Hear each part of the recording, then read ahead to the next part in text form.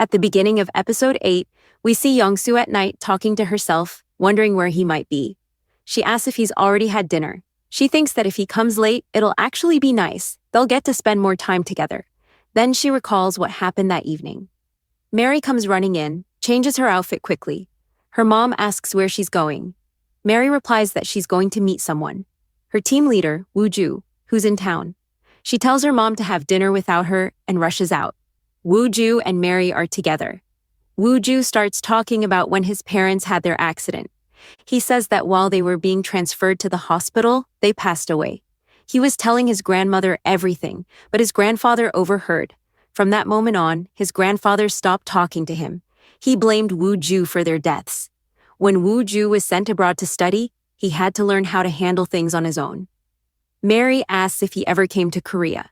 Woo-ju says yes, he did, only to see her. He'd found out where she lived and went to meet her, but at that moment, she was talking with her mother about her father. When he overheard that conversation, he quietly left. Mary says she remembers. When she came to the door, she saw a glass of juice and noticed someone leaving. She didn't know it was him, but tells him he left too soon. He should have stayed to hear her mother's full story. Then we see what her mother actually said later. Yong Su had told Mary that her father was always helping others, that he had saved that boy's life. She knew that boy wasn't the reason Mary's father died. Woo-ju admits he acted rashly and should have listened till the end. Then he asks about her life. Mary tells him that after her father's death, she and her sister, Sori, lived together. She used to hang out in the same area. We see a flashback, young Mary sitting alone, drawing something. She realizes her father isn't nearby, starts looking around, shouting, crying. Then her father appears, smiling, and lifts her onto his shoulders. Mary tells Woo-ju that she was terrified when her father was gone, but when he lifted her up, all her fear vanished. She never felt scared again after that. Then she points to a star in the sky, saying it's like a lighthouse for her. Woo-ju laughs and says, "That's not a star, it's a satellite." Mary looks a little upset and starts to walk away. He stops her saying, "I can be your lighthouse." She asks how, and he suddenly lifts her onto his shoulders. She laughs and tells him she's heavy, but he says she's light as a feather. Just then, they stumble over a rock and fall down together. They look into each other's eyes and kiss. In the next scene, we see Jinyong sitting quietly, remembering when she stopped Woo-ju from leaving and what she said to him then. Jinyong comes over, upset, asking what she did wrong. She says, "She was using you. I was just trying to stop her. Tell me what you really feel. I know this isn't love. It's guilt." Woo-ju says, "I like Mary. You have no idea how I actually feel. And if you ever do something like this again, I'll lose my mind." He walks away, leaving her in tears. In the present, Jinyong starts crying. She says, "Everyone knows I like you, so why don't you?" Nearby, Listen sees her crying and comes over to comfort her. He asks what happened, but she first asks what he's doing there. Listen says he runs there every day. He sits beside her and tells her, "If you really feel something for him, you should tell him as soon as possible. Otherwise, you'll regret it later." He then invites her to come running with him and takes off. After a moment, Jinyong starts running too, catches up to him, and remembers telling Mary before, "Stay away from Woo-ju." She now realizes she messed up, that Woo-ju likes someone else, and she shouldn't have come between them. Meanwhile, Yong Su enters Woo-ju's room, bringing him a blanket. Woo-ju says she can talk comfortably. They've met before. Yong Su nods and leaves. Then she talks with Mary, asking why she's there. Mary says she doesn't know. Yong Su teases that she must have come to see Woo-ju. Mary denies it and goes back to her room. Yong Su, suspicious, mutters that something is definitely going on, but Mary won't tell her. Later, Mary is doing her makeup when Woo-ju calls her, asking her to come to his room quickly. When she gets there, he points at a cockroach. Mary rolls her eyes and says, "You called me here for this?" She catches it with a paper and throws it outside. Woo-ju hugs her, saying she's reliable, his type, and that he loves her. Mary blushes, saying she didn't do anything. As she's about to leave, Yong Su enters to check on Woo-ju. She thinks he's asleep, quietly leaves something by his bed, and walks out. Mary whispers that her mom must have gone, but Woo-ju tells her to stay. She keeps asking if her mom's still there, and he insists she is. When she finally checks, she realizes he was joking. She laughs and calls him a liar, and they start playing around, laughing together. The next morning, Woo-ju gets ready and comes outside, watching Mary still asleep. Yong Su appears, asking if he slept well, and telling him to freshen up so they can have breakfast together. He agrees. At breakfast, the three of them sit down to eat Korean hen. Yong Su asks if he knows what it symbolizes. Woo-ju says yes, it's usually prepared for a son-in-law. Mary glances at her mom. Yong Su says, "My daughter is already married, you know that, right?" Woo-ju nods. She adds that it was her mistake, that she pushed Mary into registering the marriage and regrets it deeply. She blames herself, but Mary tells her not to. Woo-ju assures her that it doesn't matter to him. It's not important. Yong Su replies, "Maybe not to you, but it is for your family." Woo-ju explains that his parents are gone and only his grandmother is alive. Yong Su says she just wants Mary to be happy and loved. Woo-ju smiles and says, "I'm good at that." Mary tells her mom to stop saying such things, but Yong Su smirks and says, "I know you two were hugging tightly last night. You really think I wouldn't notice?" Both of them fall silent. In the final scene, it's Mary's father's death anniversary. They all visit the memorial site. Woo-ju stands before her father's photo and says softly, "Thank you for saving me. It took me a long time to say this, but, thank you. Forgive me for this." Yong-suk turns to her husband and says, "That's the boy you saved. Now he's grown up into a good man, and he's with our Mary." Mary's sister, Sori, calls her from America and asks where she is. Mary tells her they came for their dad's anniversary and says, "Say hello to everyone." Sori looks around and asks if she's there alone again, or if Woo-ju didn't come this time either. Yong-suk answers, "Who said he didn't come?" Then she turns the camera to show him.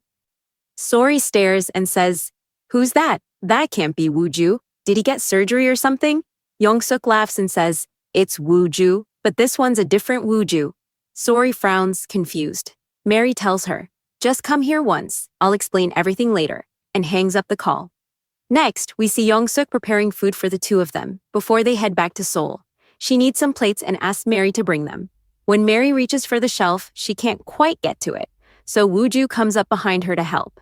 Yong-suk sees them standing close together and quickly says she needs to use the bathroom, then walks away. After she leaves, they both start laughing. Later, they go out together to hang out. Mary tells Woo-ju that her mom likes him, but she hasn't told her yet that he's the CEO's grandson, because she'd probably freak out. Woo-ju smiles and says it's fine. She can tell her when the time's right. Mary adds that she's going to tell Listen that their marriage is fake. She can't keep lying to him. It's not right. "At worst, he could sue me," she says, "but I've got other things to focus on now. You're with me. I'll work hard, make money, and pay off Dad's debt. Can you wait until then?" Woo-ju hugs her and says, "Whatever you decide, I'll always be on your side." Meanwhile, Mi-yeon is with her husband, Han-ku, who's packing for a business trip to America. She asks when he'll be back, and he says the company's 80th anniversary is coming soon. He'll return within 2 weeks. Mi-yeon tells him to keep calling her and to help their son, Yong Su. "He's been talking about becoming a team leader," she says. "You should do something for your only son." Han-ku nods and says he understands. Mi-yeon calls Yong Su to drive his father to the airport. He refuses at first but ends up going anyway. In the car, Han-ku is on the phone with his second wife, Min-jung. She says she can call him now, but he tells her not yet because Yong-suk is with him. "Once I reach the airport, then you can call," he says. Yong-su notices and tells his father, "After you leave, Mom's going to miss you. Please call her sometimes." Han-ku nods. Then Yong-su adds, "Buy Mom a new pair of shoes, okay? You remember her size?" Han-ku hesitates, checks his phone, and says, "Yeah, that's right. I forgot for a second." At the airport, they say goodbye. Yong-su wants to ask something but decides not to. Later, Woo-ju takes Mary to a home store. Coincidentally, Yong-suk and Jinhwa are there too. Yong-suk is looking at items for her house, but Jinhwa stops her, saying they don't have enough money. "Woo-ju's jobless now," she reminds her. "He quit his job. You shouldn't be doing this." Yong-suk gets upset and says, "Don't mention his name in front of me." Meanwhile, Woo-ju shows Mary a new kitchen setup, saying he wants to buy it because her mom's kitchen is too old. He asks for her opinion. Mary refuses at first, saying it's unnecessary, but Woo-ju insists, so she finally agrees. Nearby, Jinhua secretly spots them together and shows her mom. Both of them hide and watch. Jinhua frowns, saying, "That guy looks familiar." Then she remembers. Wait, that's the one from the hospital. She snaps a photo and sends it to Wooju, saying, "They're together." Wooju gets the picture and mutters, "I knew it. Something like this was bound to happen." He realizes Mary lied to him. He tries calling Song Yi to ask where Mary is, but she doesn't pick up because Mary had told her earlier not to answer. He recalls the time when Song Yi mentioned a bakery during one of their calls. He searches for that bakery online, finds the number, and calls. Sejong answers saying, "Yeah, Wooju's our team leader. He didn't come today, he's on leave." Meanwhile, Pilrayon gives a short interview to the media, and Miyeon arrives to meet her. At first, Miyeon speaks politely, but then she asks if Pilrayon will announce the successor during the company's 80th anniversary, because her son, Yong Su, is also in line. Pilrayon smirks and says, "He's not smart enough. You already know who the real successor is." Miyeon argues fiercely, saying, "Do whatever you want with me, but if you ever hurt my son or my husband, I won't stay quiet." Then she storms off. She tries calling Hongku again, but he doesn't answer. He's with Minjung. Minjung tells him they've shut down JY Consulting, so there's no more evidence against them. Hongku reminds her that she used to work under the chairwoman and knows how sharp she is. She's already suspicious that someone's been embezzling from the company, he says. Minjung replies, "Your wife invested in those funds, but technically she was investing in your equity firm. If she ever finds out her money's gone because of you, who knows what she'll do." Later, Wooju's team has a meeting with Mary. After the meeting, Wooju tells her he wants to talk outside. As soon as they step out, he kisses her. Mary pulls back, shocked, saying, "What are you doing? Someone might see." Wooju smirks and says, "No one will. This is my company. Well, my grandma's for now." He asks why she didn't reply to his messages during the meeting. Mary says, "How could I? Song Yi and Sejong were sitting right next to me. They could have seen your name." Wooju laughs and says, "Then just change my name." Meanwhile, Sun-hee comes running to the college and announces that the chairwoman wants to meet them. Everyone gets excited. Wooju tells Mary about it, and she says she has to go too. Wooju smiles and says his grandma loved her design and wants to thank her personally. "Don't worry," he tells her. Later, Wooju gets discharged from the hospital. His family suggests going out for a meal together, but he says he wants to stop somewhere first. He goes to the bakery, trying to enter, but the security guard throws him out. In the parking lot, he mutters to himself, "No matter what, I'll get inside somehow." Then he heads to the elevator, where Sun-hee and Sejong are talking about him. That's when Wooju overhears the truth, that he's actually the CEO's grandson, and the company will someday be his. Later at karaoke, someone finds a letter saying that Wooju's been using his name and flirting with his girlfriend. He looks at it, then tears it apart, saying it doesn't matter anymore, and starts singing loudly.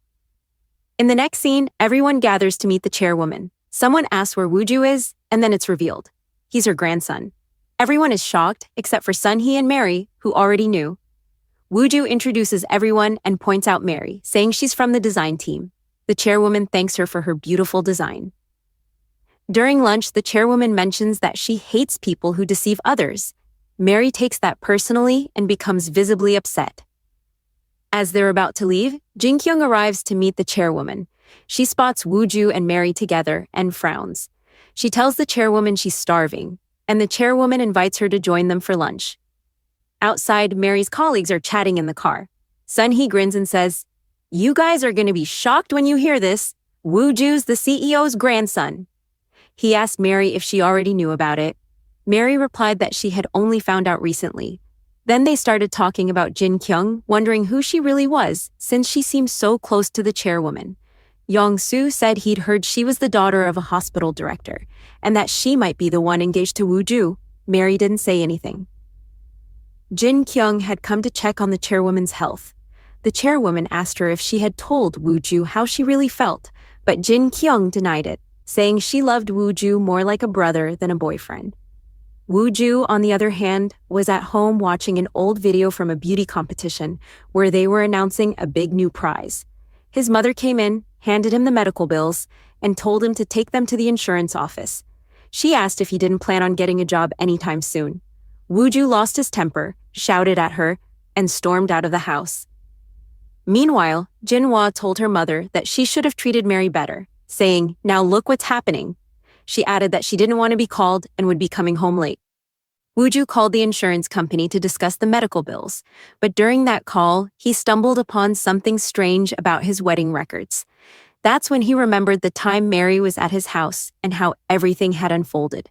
He recalled his grandmother's words, "I don't like people who deceive others." He also remembered Jin Kyung showing up that same day. Thinking about all of this, Woo Ju decided to call Mary. When she answered, he asked what she was doing. Mary replied that she was having dinner. Woo Ju said, "Okay, I'm coming over. I want to see you." Mary went back to her work. A few moments later, someone knocked on her door. She assumed it was Woo Ju and went to check. But when she opened it, it turned out to be the other Woo Ju. She was shocked and asked, "What are you doing here? I don't want to talk to you." She tried to close the door, but he stopped her.